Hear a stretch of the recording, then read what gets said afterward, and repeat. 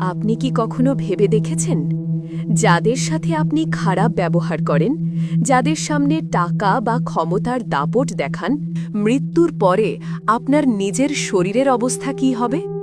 আপনার মৃত্যুর পর মাত্র ২৪ ঘণ্টা পেরোতেই আপনার দেহের ভেতরে এমন সব পোকা জন্ম নিতে শুরু করবে যেগুলো প্রথমে পায়ুপথ দিয়ে বেরিয়ে আসবে।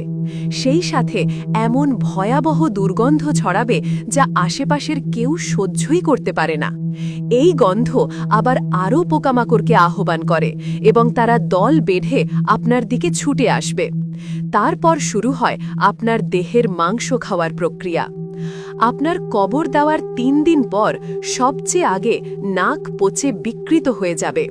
৬ দিন পর নখগুলো খসে পড়বে।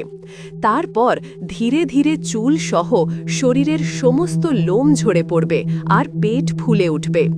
১০ দিন পর সেই ফুলে ওঠা পেট ফেটে যাবে এবং ভেতরের অঙ্গপ্রত্যঙ্গ বাইরে বেরিয়ে আসবে। ৬০ দিন পর আপনার সমস্ত মাংস শেষ হয়ে যাবে, এক টুকরোও অবশিষ্ট থাকবে না। ১২০ দিন পর আপনার হাড়গুলো আলাদা হয়ে যাবে, আর ১ বছরের মাথায় সেই হাড়ও মাটির সঙ্গে মিশে যাবে। অর্থাৎ আপনার এক সময় এত সম্মান, এত দম্ভ, এত পরিচয় দিয়ে চেনা হতো, তার সমস্ত অস্তিত্ব পৃথিবী থেকে বিলীন হয়ে যায়। ভাই বোনেরা, বলুন, মানুষের এত অহংকার, এত আত্মগরিমা, এত হিংসা বিদ্বেষ, এত লালসা, এত সম্মান, এত ক্ষমতা, এসব শেষ পর্যন্ত কোথায় থাকে? সবই তো মাটিতে মিশে যায়।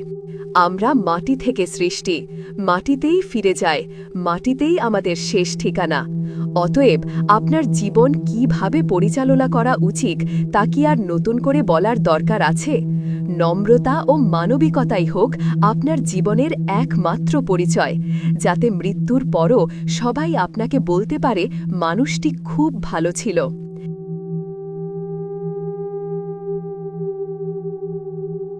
ভিডিওতে কি একটি লাইক ও শেয়ার করা যাবে?